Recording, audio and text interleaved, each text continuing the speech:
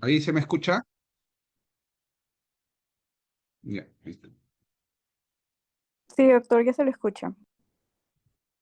Ya.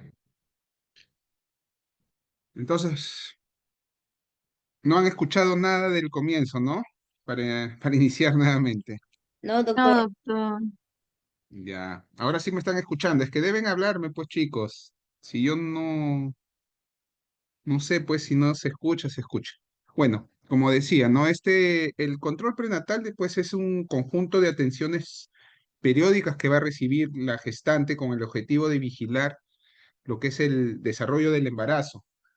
Va a identificar factores de riesgo, prevenir complicaciones maternas, fetales y sobre todo lo que todo ginecobstetra quiere, ¿no? Y médicos como ustedes futuros, promover un parto seguro. Básicamente el control prenatal, como ven en su práctica diaria, constituye un pilar fundamental de la salud materno-perinatal. Ahí sí se me escucha, ¿no, chicos? Sí, Sí, doctor. doctor. Sí. Ya.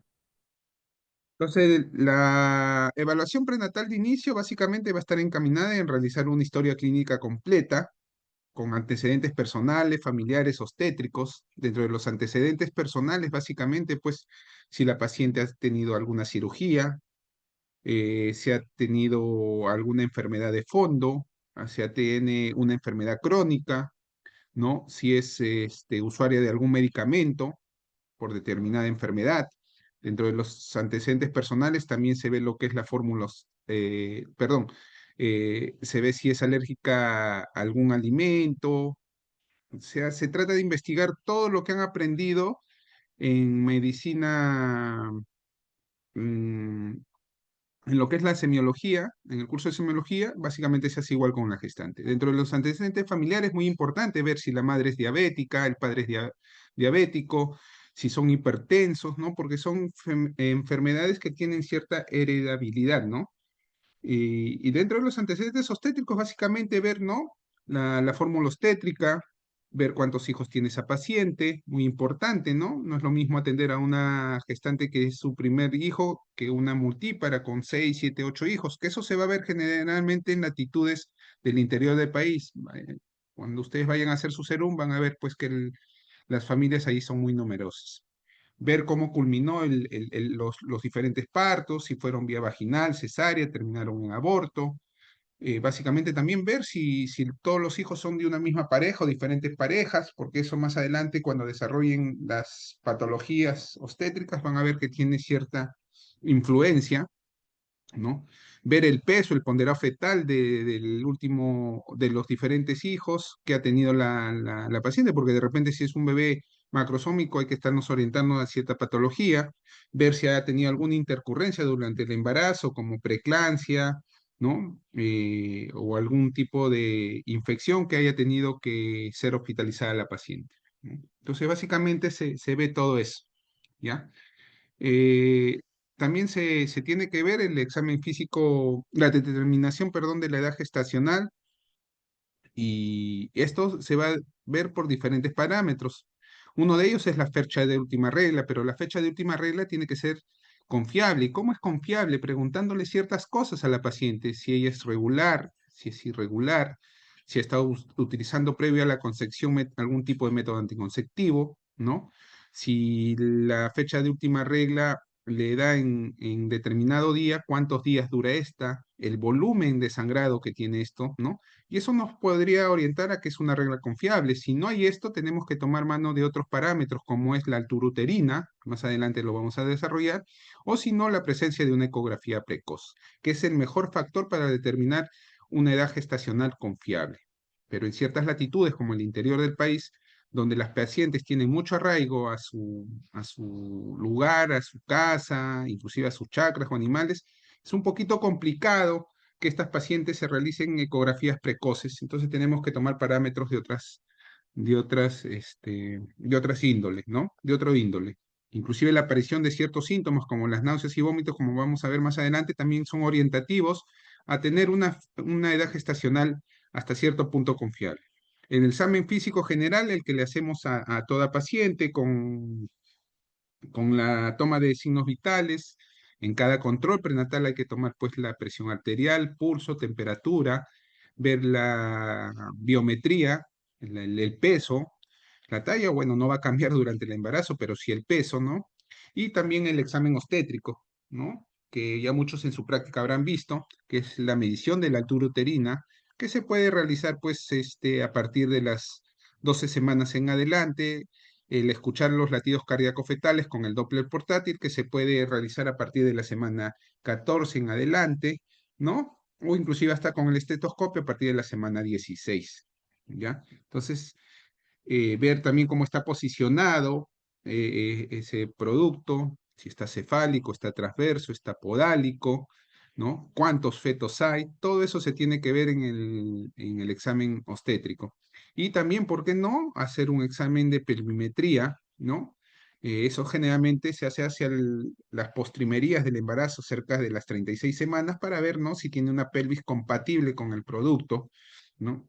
Y también se evalúan los genitales, si hay algún tipo de lesión, alteración en estos que puedan causar un obstáculo para la vía del parto, en este caso vaginal, ¿no? Dentro de los laboratorios iniciales se hace lo que es el hemograma, el grupo y factor muy importante, y las serológicas que conocemos, el VIH, sífilis, pruebas de orina y glucosa, sobre todo estas dos últimas, porque sabemos que las gestantes tienden a tener estados de hiperglicemia y si ya ellas vienen con una predisposición genética con mayor razón, y lo que es la gestante también por los cambios fisiológicos que ustedes ya saben, tienden a hacer itus a repetición, ¿ya? Eh, Hay que tener presente que las gestantes, dentro de las funciones vitales, van a tener un aumento progresivo del latido cardíaco, ya de 10 a 20 latidos por minuto. Ya más adelante vamos a desarrollar eso, me estoy adelantando un poco. Y bueno, darle una consejería inicial, ¿no? A toda gestante, ¿no? Sobre todo en nutrición, apoyados del nutricionista, hábitos saludables como el hacer ejercicio, como vamos a ver más adelante, qué debe comer, qué no debe comer, y la suplementación con micronutrientes como son el ácido fólico, el hierro y hasta el calcio. Bueno, dentro de las funciones vitales que ya me estaba adelantando, pues durante el embarazo la frecuencia cardíaca aumenta progresivamente entre 10 a 20 latidos por minuto. La presión arterial va a descender en el segundo trimestre y va a retornar a valores normales en el tercer trimestre. Por eso que las pacientes durante el primer, segundo trimestre sufren síncopes espontáneos, justamente por esta disminución de la presión arterial que se da por una vasodilatación. Por eso la preeclampsia se detecta a partir de las 20 semanas en adelante, ¿no? Hacia el tercer trimestre la frecuencia cardíaca ya se incrementó, ¿no? Como había mencionado, la presión arterial pues retorna a sus valores normales, ¿no? Y la frecuencia respiratoria se mantiene estable con un aumento del volumen corriente. Esto ya lo hemos visto en los cambios fisiológicos del embarazo, ¿ya? Como vemos, en el primer trimestre, entre las 0 a 12 semanas, el peso del bebé puede llegar a 30 gramos y hacia el final del embarazo a unos 3.000 gramos, ¿no? Bueno, la ganancia ponderal de peso, ¿no? Es muy importante. Se recomienda una ganancia total entre 11 a 16 kilogramos. Ojo, esta es pregunta de examen. En mujeres con un IMC normal, ¿ya? Y se van a distribuir pues aproximadamente de 1 a 2 kilos en el primer trimestre y a razón de 0,kilos por semana en los siguientes trimestres, ¿no? Entonces ahí vemos, si tenemos a una gestante con un bajo peso, pues lo recomendable es que gane pues hasta 16 kilos, ¿no? Pero si tenemos una gestante con un peso aceptable o normal, le recomendaremos que gane hasta 12 kilos. Pero si ya es una paciente obesa, pues no le vamos a decir que gane 16 kilos, tendrá que ganar lo mínimo entre 5 a 9 kilos. Y esto va a estar a expensas del peso fetal, no tanto de la mamá, ¿ya? Para evitar complicaciones durante el parto. Entonces sabemos pues que la ganancia en el primer trimestre es de medio kilo a 2 kilos en total. ¿Por qué? Porque ahí se presenta una entidad que es la hiperemesis gravídica, donde la paciente pues generalmente su alimentación se ve mermada por esta patología, no come, se la pasa vomitando y por eso hay ese descenso del peso o esa ganancia tan tan escasa de peso. Pero luego ya se gana a razón de medio kilo por semana, ¿ya? Bueno, la famosa regla de Navier para ver la fecha probable de parto, ¿ya? ¿Cómo se hace esta regla, no? Vamos a poner un ejemplo para que se la memoricen o se acuerden. Si tenemos que la paciente dice que el 10 de enero, que es su fecha de última regla, y el 10 de enero sería el primer día de la menstruación, no el último día, su fecha probable de parto sería el 17 de octubre. ¿Por qué? Porque se agarra, se le suma primero al 10 de enero 7 días y al mes se le resta 3 meses. Si le restamos 3 meses, iríamos para atrás, diciembre, noviembre y octubre, pero nos iríamos al año 2022. Entonces, como no es algo imposible que retrocedamos, se le suma un año. Entonces, a la fecha de última regla, por ejemplo, o como regla, como fórmula, tenemos que añadirle un año, restarle 3 meses y de ahí aumentar 7 días. Espero que les haya quedado claro, ¿ya? Entonces, otro ejemplo, si tenemos una fecha de última regla, que es el 8 de abril de 2024, al 8 le sumamos 7, queden 15, al 4 le restamos 3, queda 1, y al 24 le sumamos un año, queda en 25. ¿Ok? Bueno, el crecimiento de la altura uterina creo que ustedes ya lo han visto conmigo, inclusive en los cambios fisiológicos del embarazo. Tenemos que hacia las 12 semanas es un útero palpable a nivel de la sínfisis del pubis, hacia las 20 semanas ya se encuentra a nivel del ombligo, y desde las 20 semanas ya en adelante, ¿no? Inclusive hay cierta correlación, como vemos, ¿no? En esa tablita. Si tiene 20 semanas, más o menos, pues va a tener 20 centímetros de altura uterina. Si tiene 28, como vemos, va a tener 28 centímetros. Y esta correlación se mantiene cerca de las 32 semanas. Más allá de las 32 semanas ya pierde cierta correlación. Pero ojo, esta correlación va a estar si es un feto único, si no hay patologías como el polidrácneos o si el útero no está afectado por una entidad que se llama miomatosis. ¿Ya? Después de las 36 semanas, la altura uterina sí puede descender por el encajamiento fetal. Por eso no se sorprendan que de repente cuando vayan a su práctica encuentren pues que con 34 semanas tenía, pongamos 34 de altura uterina y va hacia las 37 semanas y, oh, sorpresa, le miden y tiene 32 y dirán, ¿qué pasó? ¿El bebé se encogió? No, es que ya se encajó, entró dentro de la pelvis materna y por eso ese repunte de la altura uterina. Bueno, las visitas, ustedes dirán, doctor, ¿y cómo son las visitas? ¿Cada cuánto tiempo tienen que ser los controles prenatales? El número de visitas va a depender del riesgo obstétrico. No hay una regla establecida. En embarazos de bajo riesgo, el esquema se recomienda que en una primera consulta tiene que ser lo más antes posible. Apenas la paciente tenga síntomas o signos de embarazo, tiene que ir a la consulta, ya sea con el médico general, con obstetriz o si puede con el ginecobstetra. ¿Ya? Entonces, a partir de ahí, de que la paciente ya se ha ido diagnosticada o de que ya se corroboró el embarazo, ¿no? Hasta las 28 semanas debe ser mensual la visita al médico, o a la obstetriz o al médico general. Entre las 28 a 36 semanas, cada 2 semanas, y a partir de las 36 semanas, semanal. Mínimo recomendado por el OMS, 8 controles prenatales. ¿Ya? Entonces, tengan presente esto, ¿ya? Las visitas no quiere decir que este esquema sea constante, va a depender mucho de la patología que puedan encontrar en su gestante. Pongamos, es una gestante con lupus, es una gestante con, qué sé yo, síndrome antifosfolipídico, pues no la van a necesitar cada mes, ¿no? De repente va a necesitar controles más seguidos. Eso ya va a depender del criterio de cada persona que evalúe a esta gestante. La vacunación, según esquema MINSA, la de TPA es una dosis, ¿ya? En cada embarazo, y esto se recomienda más allá de las 20 semanas. La influencia es una dosis anual en cualquier trimestre, no hay problema. El COVID-19, según esquema completo, según el calendario nacional, se sabe que desde las 12 semanas se puede administrar esta vacuna sin riesgo de teratogenicidad. ¿Ya? Lo que es la hepatitis B, según riesgo, ¿no? Y hay una nueva vacuna que se ha visto que más que beneficio para la mamá, va a traer beneficio para el recién nacido, porque lo va a proteger. Y es la vacuna del virus respiratorio sincitial. Pregunta de examen. Ojo, es una dosis en el embarazo y se da entre la semana 32 y 36.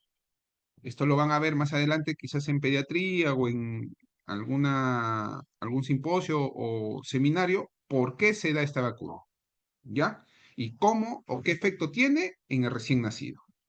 Pero es una nueva vacuna que se está implementando acá en el Perú, en otros países como Argentina, Brasil y Colombia, creo que ya está hace un buen tiempo atrás.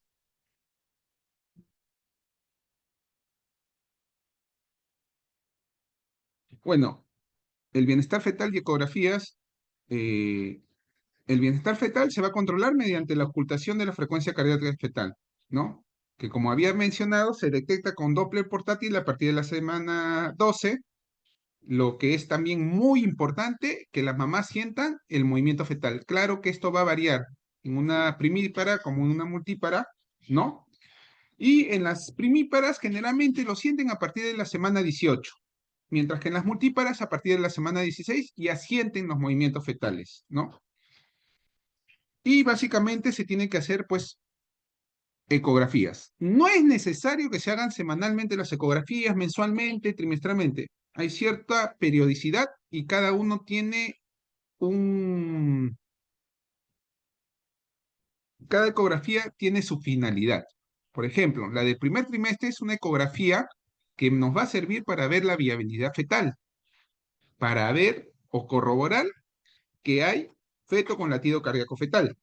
Y esto generalmente se hace entre la semana 11, o sea, para ver la viabilidad fetal más que nada se hace lo más precoz. Se puede hacer a partir de que esté presente el latido cardíaco fetal y con un buen ecógrafo se puede detectar a partir de la semana 5.5. Ecógrafos de baja gama a partir de la semana 6, 6.5. Y esa nos va a servir, primero, para ver que el bebé está ahí y segundo, para calcular una edad gestacional verídica. Aunque lo recomendable es tener una ecografía entre la semana 8 y 11 y con esa se debe hacer el cálculo de la edad gestacional. Pregunta de examen.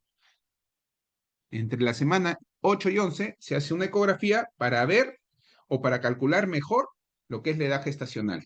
¿Ya? Posterior a esto, entre la semana 11 y 13.4, se hace otra ecografía que es la genética.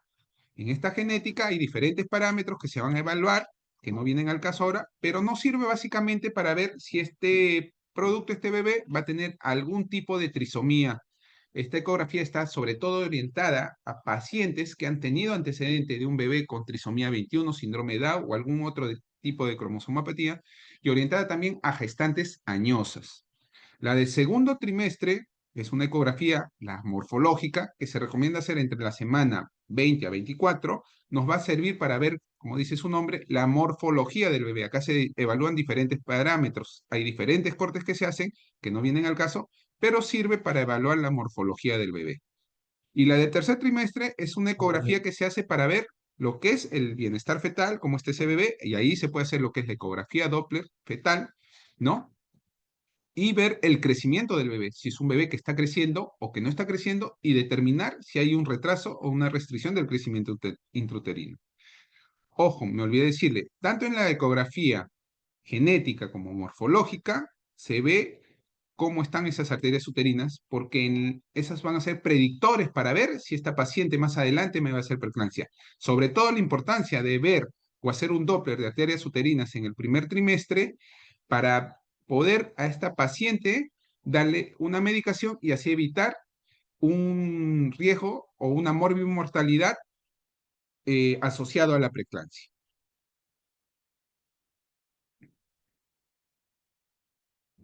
Bueno, parte del tema también son evaluar lo que es ciertas cosas o preguntas que nos va a hacer la gestante. No sé cuántas gestantes ustedes habrán visto que le preguntan a su médico, ¿no?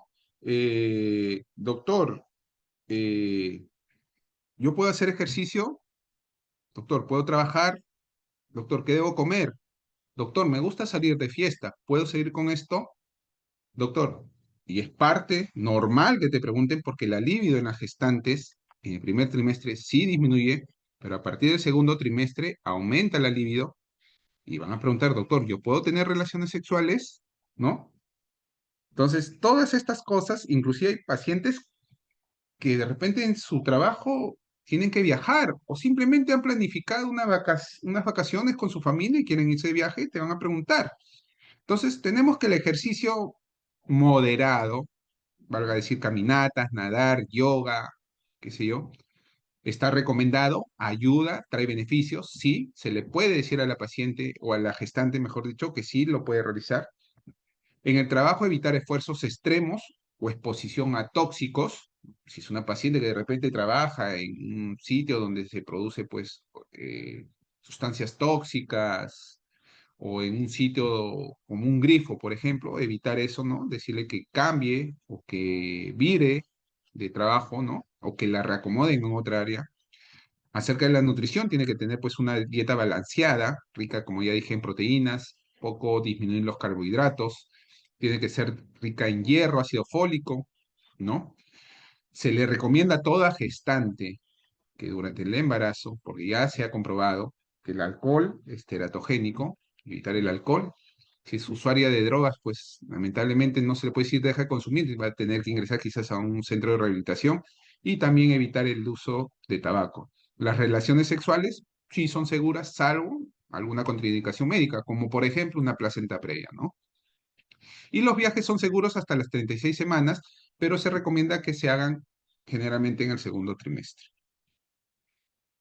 Entonces, ¿qué síntomas son los más comunes en el embarazo? Las náuseas y vómitos entre la semana 2 y 16. ¿Y por qué esto es importante? Porque como les dije, ¿cuáles son los parámetros para calcular una edad gestacional? Primero, una fecha de última regla confiable, si es que no se tiene.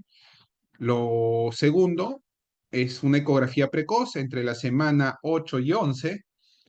Y lo otro es la medición de la altura uterina, que tiene cierta correlación entre la semana 20 a 32, ¿no? Pero si no hay nada de estos datos, entonces podemos tomar mano de cierta aparición de algunos síntomas, como las náuseas y vómitos, que vemos que están presentes entre la semana 2 y 16 para después desaparecer, aunque ya en su clase de hiperemesis gravídica han desarrollado este tema ampliamente. Puede haber reflujo gastroesofágico, generalmente entre el segundo y tercer trimestre, ¿ya? Puedes ver constipación, ya puede ser de por sí algunas mujeres son estreñidas crónicas y a esto se le suma el consumo de hierro que las va a estreñir más, ¿no? Va a haber fatiga, sí, en algunas mujeres puede haber fatiga, sobre todo pues por el crecimiento del útero, ¿no? A ver, ustedes pónganse una barriga, eh, una barriga de mentira, ¿no? Valga decir, que pese pues unos 8 kilos todo el día anden con eso, se van a sentir fatigados. Puede haber calambres, sí. Dolor lumbar, sí. ¿Por qué? Por la curvatura fisiológica que sufre la columna vertebral y el aumento de varices y hemorroides por compresión venosa. Esto ya lo hablaron en los cambios fisiológicos del embarazo. Y el flujo vaginal puede aumentar por efecto estrogénico y después también puede continuar este aumento de flujo por el efecto de la progesterona. Pero hay que orientar a nuestras pacientes, pues como vamos a ver más adelante, que esto no trae ninguna ninguna condición patológica o que le pueda hacer daño a ella o al bebé, ¿no? La medicación durante el embarazo. Tenemos que la DFA habla de 5 categorías, ¿no? Vemos que la categoría A es una categoría segura, ejemplo, el ácido fólico. Se ha visto que estudios en humanos no muestra riesgo, ¿ya? Inclusive la levotirosina, ¿ya? Que se da en ciertas pacientes, grupo de pacientes. La categoría B, no riesgo en humanos, ejemplo, el paracetamol, aunque el paracetamol se ha visto estudios que lo asocian al TDAH y al espectro autista, ¿ya? Entonces, antes se creía que era seguro, pero ahora se han visto ciertos estudios que tienen cierta correlación con estas dos entidades, ¿ya? Pero como vemos, es sin riesgo en animales, sin evidencia en humanos, ¿ya? Ejemplo, las penicilinas. Riesgos no descartados, algunos antibióticos. En la categoría B, C, como vemos, es riesgo en animales, sin estudios humanos, el ejemplo, el ibuprofeno, en el segundo trimestre, el salbutamol, y el D, pues un riesgo demostrado, solo usar si el beneficio supera el riesgo, los anticonvulsivantes, por ejemplo, como el ácido valproico, litio, y la categoría X totalmente contraindicado, ¿no? Porque tiene un riesgo fetal comprobado, como el uso de la warfarina, misoprostol y otros fármacos. Ojo, memoricen este cuadro también, porque es pregunta de examen, ¿ya?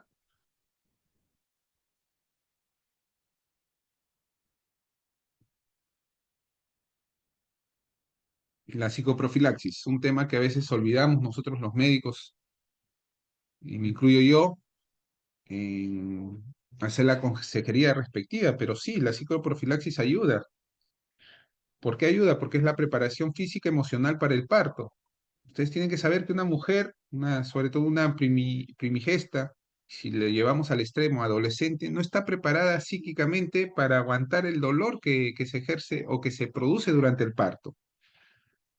Se dice que es un dolor tan intenso que, bueno, eh, podría cualquier persona en el lugar de la gestante llegar a sufrir un colapso mental, ¿no? Entonces, muy importante la psicoprofilaxis.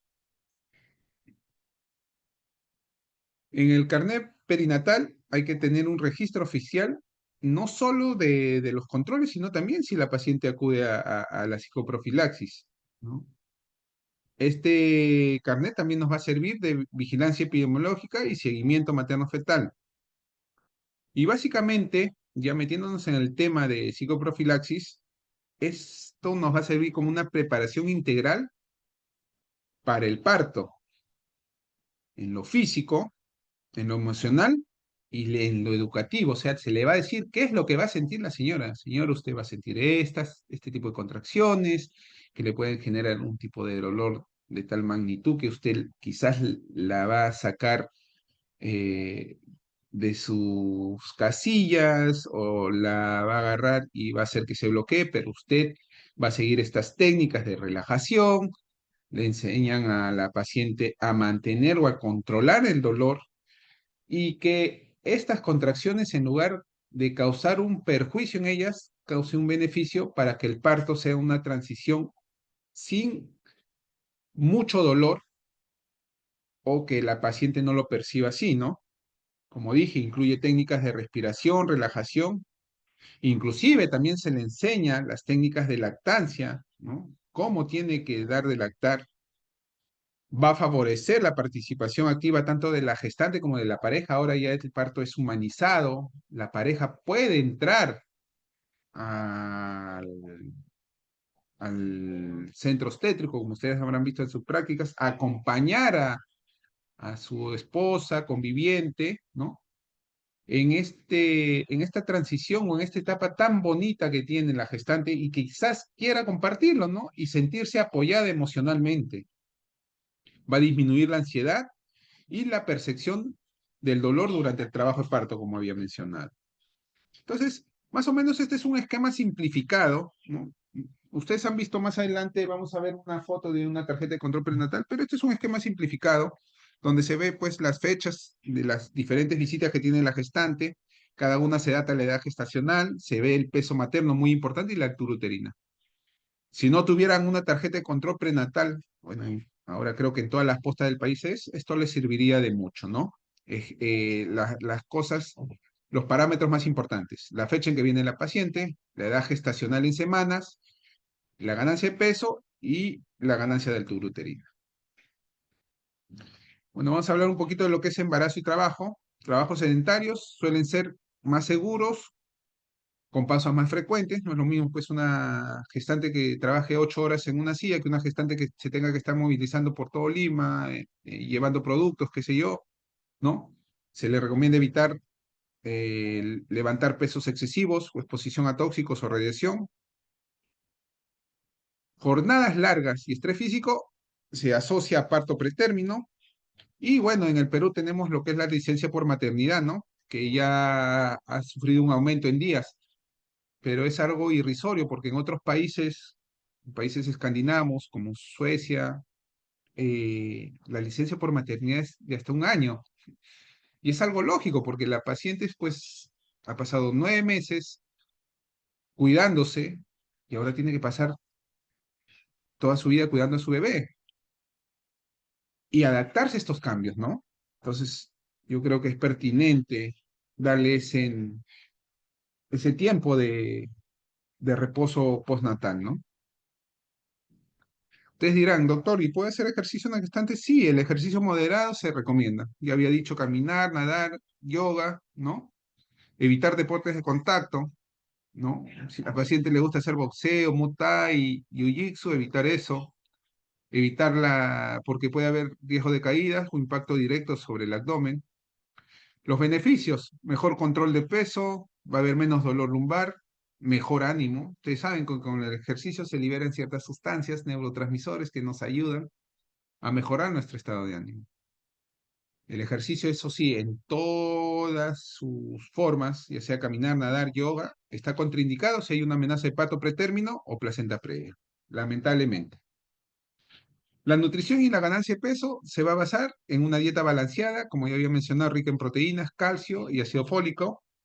Si la paciente no tolera comidas copiosas, fraccionarlas, ¿no? Para así se va a ver reducido lo que es las náuseas, vómitos o reflujo.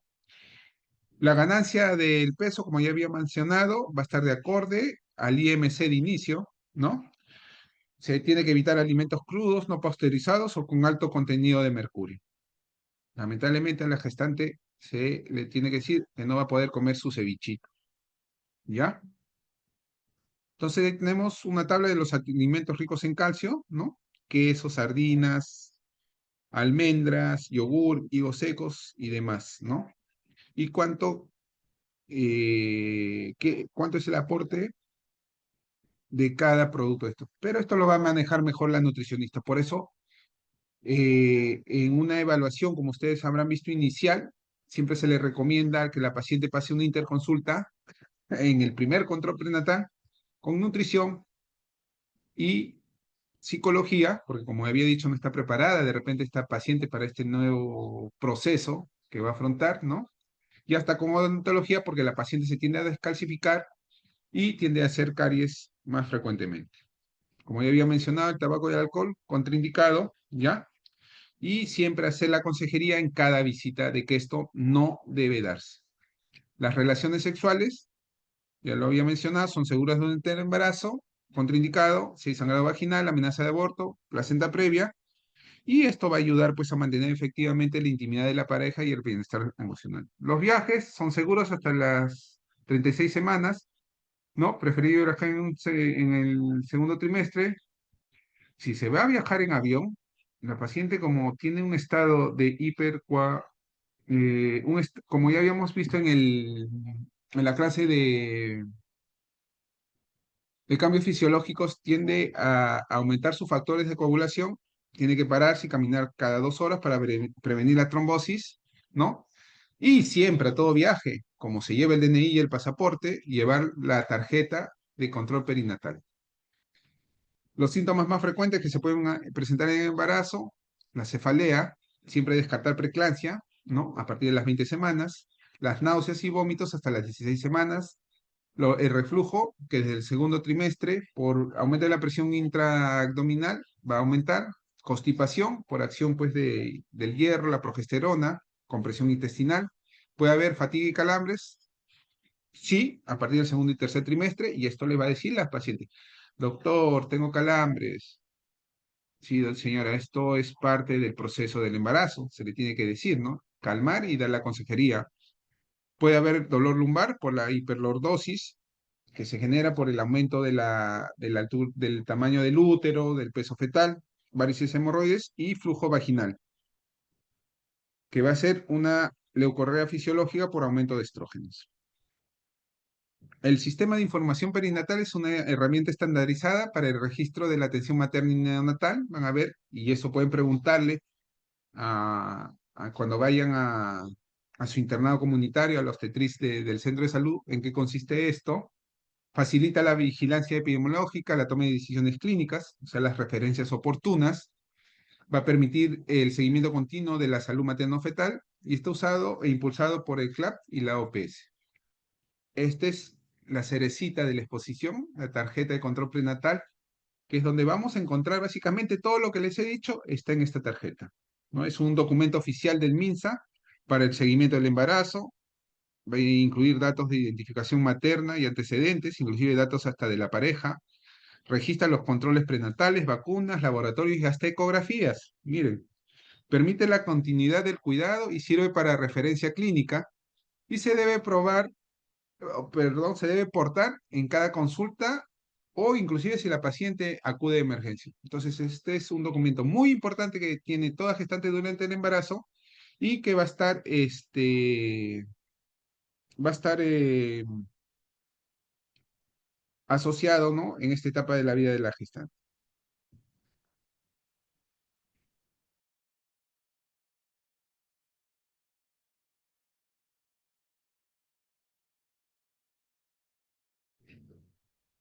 Como ya había mencionado, la frecuencia de los controles, primero tenemos que tener la definición del primer trimestre que va de la semana 0 hasta la semana 13.6, el segundo trimestre de la semana 14 hasta la semana 27.6 y el tercer trimestre más allá de las 28 semanas. En el primer trimestre la visita lo antes posible y controles de seguimiento cada 4 semanas en bajo riesgo. Si es una paciente de alto riesgo, queda a criterio facultativo del profesional. Segundo trimestre, los controles pueden incluir pueden seguir siendo cada 4 semanas, ¿no? Pueden incluir una evaluación de crecimiento fetal, ¿no? Y cribado morfológico si se realiza. Ya dije que ecografía. En el tercer trimestre, que es de la semana 28 a la 36, los controles cada 2 semanas y a partir de la semana 36 los controles son semanales hasta el parto. Embarazo de alto riesgo, frecuencia aumentada según la condición, por ejemplo, si la paciente es hipertensa, diabética y una restricción de crecimiento intrauterino o sangrados, ¿no? La OMS recomienda como mínimo 8 controles durante el embarazo y ahí se tiene que ajustar según la normativa del MINSA, ¿no? Que exige 6. Bueno, creo que eso es todo. ¿O no? Suplemento, frecuencia. Ajá.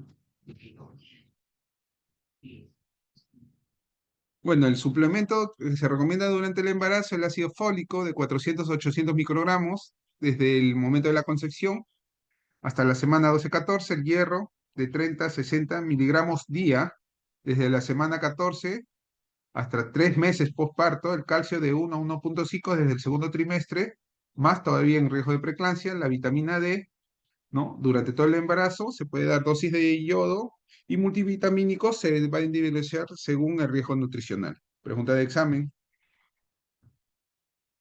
Bueno, eso es todo, chicos. ¿Alguna pregunta? No, doctor, Doctor, todo claro.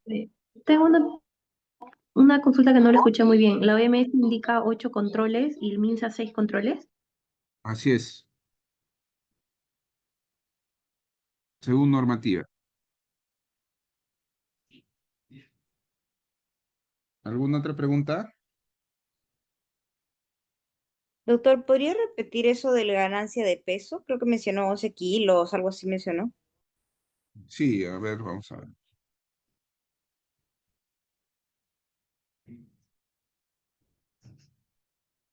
Bueno, la ganancia de peso va a estar básicamente dada por el IMC. Si es una paciente con bajo peso, su ganancia puede ser hasta de 16 kilos, mientras que una paciente obesa, pues no le vamos a decir que gane esa, o que tenga esa ganancia, ¿no? Lo máximo podría ser hasta 9 kilos, ¿no?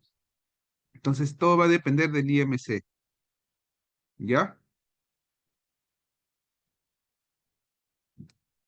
Gracias, doctor. Doctor, una consulta. El requerimiento de hierro varía según cada gestante porque en una clase Así anterior es. Nos dijeron que, Así por es. ejemplo, era 4 miligramos por día.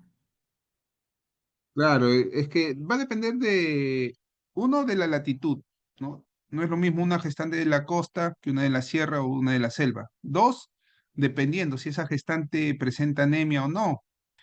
Inclusive si es una paciente con una anemia crónica severa, se recurre al hierro endovenoso, ¿no? Entonces, eso va a depender mucho, pero en reglas generales es lo que les ha mencionado, ¿no? Claro que eso es el requerimiento, pero la paciente hacia el final de su embarazo, ya le habrán dicho, tiene que llegar con una reserva de hierro. Inclusive postparto se le sigue dando hierro porque la paciente puérpera tiende a anemizarse, ¿ya? Ya, doctor, muchas gracias. Entonces, ¿quedó claro? ¿Alguna otra pregunta? Doctor, una consulta. Dime. Eh, ¿Cuándo sería, o sea, obesidad, por ejemplo, pregestacional sería antes de que empiece el embarazo y una obesidad gestacional Claro, sería claro. cuando, mientras gana o mientras se vuelve obesa durante el embarazo? Ya, ya. Obesa es con un IMC más de 30 previo al embarazo. Y si le sumamos que la paciente empieza a ganar más peso del deseado, gana hasta 15 kilos, ya eso es ganancia de peso excesivo durante el embarazo. ¿Ya? Así se diagnostica, como ganancia de peso excesivo durante el embarazo. Ah, ok, entonces eso ya no sería obesidad, o sea, no habría obesidad gestacional o algo así. Más que obesidad gestacional, como te digo, sería una ganancia de peso excesiva en el embarazo, porque lo recomendado para una gestante que ya ingresa obesa mórbida a su embarazo, y que se le recomienda, señora, no tiene que ganar tanto peso, y ella, sin embargo, hace caso omiso y se sigue pues comiendo panetones, se sigue comiendo pollito broster, se sigue comiendo todo lo que no se le recomienda y empieza a ganar peso excesivamente, se cataloga como ganancia excesiva de peso durante el embarazo, más que obesidad. Ah, ok, estoy bien, doctor, gracias. Obviamente que después del embarazo va a perder todo ese peso, pero va a seguir quedando como obesa o obesa mórbida. Ok, doctor, entonces cuando donde esté el embarazo simplemente veo si gana o pierde peso. Así es, Ok, así es. gracias, ¿Alguna doctor. otra pregunta? ¿Ya?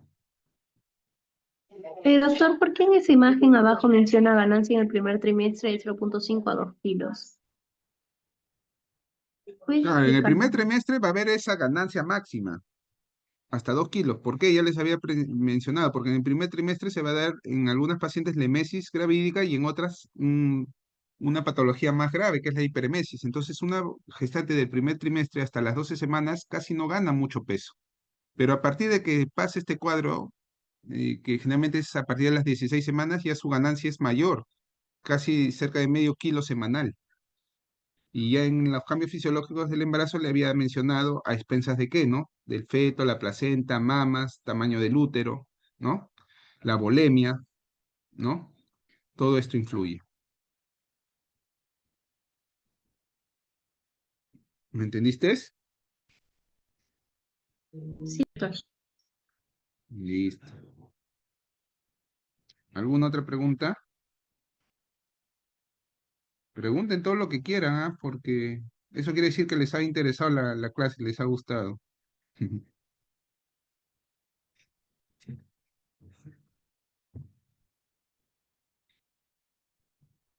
Doctor, Bueno, chicos, mencionó entonces, medio kilo por semana, sube la gestante, algo así. ¿Mencionó eso? así es. Solo, vaya, Sí, listo. así es. Gracias.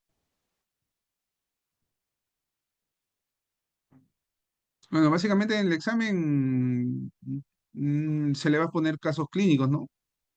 Mm, y en base a eso, ¿no? Por ejemplo, un gestante que nunca ha tenido control prenatal, con 28 de altura uterina, acude a control, mamá preocupada porque no tienes vacunas. ¿Qué vacuna se le puede recomendar, no? Y ahí se le va a poner una gama de vacunas, ¿no? Entonces ustedes marcarán la más acorde, ¿no? Entonces, así más o menos van a ser las preguntas, ¿ya?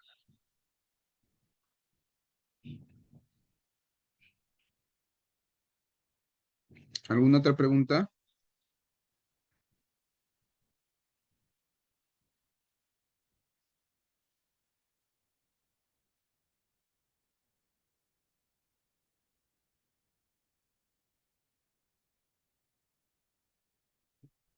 Bueno, chicos, si no hay más preguntas, agradezco su atención. Les agradezco que me hayan apoyado en este horario y que me hayan dado la oportunidad de editar la clase hoy día. ¿Ya? Que tengan muy buenas noches, chicos. Gracias. Gracias, Muchas doctor. gracias, Gracias, doctor. doctor. Buenas noches. Cuídense y suerte en su examen. Cualquier cosita, los que hacen práctica conmigo, si tienen alguna duda, me preguntan para aclarar. ¿Ya?